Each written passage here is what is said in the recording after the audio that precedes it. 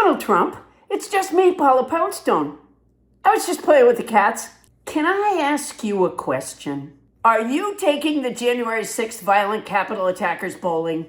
You sprung them from jail, and now you're paying them with our tax money, so you're mentoring them. And that's what I want to talk to you about. That is so wonderful.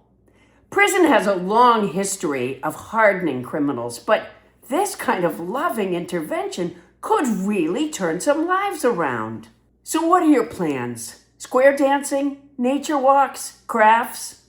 I'd love to see what the guy who rubbed his poop on the Capitol walls can do with some dried macaroni and construction paper and your inspiration. Have you considered engaging them in some sewing and fashion design?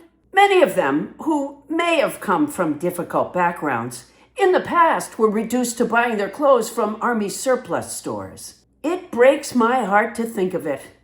Until you stepped in, they could never really see themselves as the beautiful people they had the potential to be. Wearing those ill-fitting fatigues, when each man looked in the mirror, all he could see was an angry shrub. And the poor darling in the camp outfit sweatshirt with a skull on it not only had no fashion sense, but wasn't really a history buff. This kind of selfless intervention that you are doing on behalf of these lost lambs, violent flagpole-wielding lost lambs, of course, but lost lambs nonetheless, is so beautiful. I wonder if puppy therapy might help in your work with them. Spending time with animals can bring healing to emotionally damaged people. I don't know how it works exactly. I think it has to be administered by a trained professional. I mean, not every violent person suddenly develops empathy just because they have a puppy. Christine Home.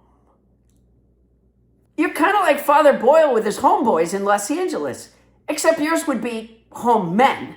And I don't think Father Boyle ever believed himself to know more about the Bible than the Pope. I know you never said you knew more about the Bible than the Pope. That televangelist guy who blessed your gold leaf statue did. But let's face it, you tell your people what to say. I just watched your acting Attorney General Todd Blanche's testimony before the Senate subcommittee. He sure can act, by the way. But it is clear you tell him what to say and do. Did you see his testimony? You would have loved it. He got a bit growly when anybody brought up that he had been your personal lawyer. But clearly old habits die hard because he was sure acting like your personal lawyer. As your personal lawyer, did he ever mention to you how incredibly fucking guilty you look by including in your bogus settlement with the IRS that they can't investigate you or your oh-so-honest family? Whoa! Yeah, it does. Big old red flag there. Speaking of flags, if your January 6th mentees want to bring flags on flagpoles to any of your activities, no matter how patriotic they're feeling, the answer is no.